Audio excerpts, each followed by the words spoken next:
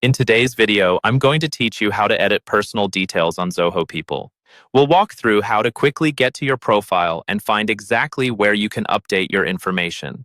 Follow along on your own screen if you can, and pause or rewind whenever you need to.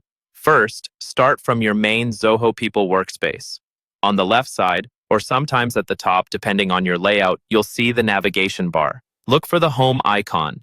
In many setups, this is the second option from the top, and it usually looks like a little house. Go ahead and click on Home. This takes you to a centralized area where you can access different parts of your account. Once you're on the home page, you'll see several options or tabs. What you're looking for is called My Space.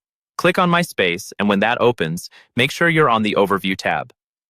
The Overview section is designed to give you a quick snapshot of your information, and it's the easiest place to jump into your profile. On the Overview page, look for your profile area, which typically shows your profile picture along with your name and basic details. To open your full profile, you can either click directly on your profile picture or click on your name right next to it. Both options take you to the same place, your complete profile page.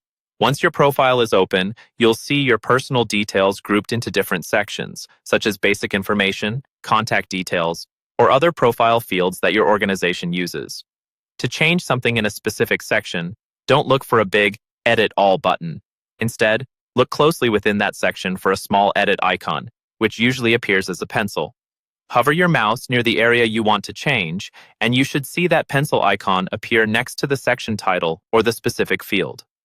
Click the pencil icon to enable editing for that section.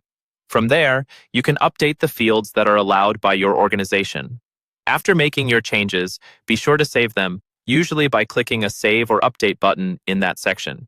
If you don't see an option to edit certain fields, it may mean that those details can only be changed by your HR or admin team, so you may need to contact them for updates.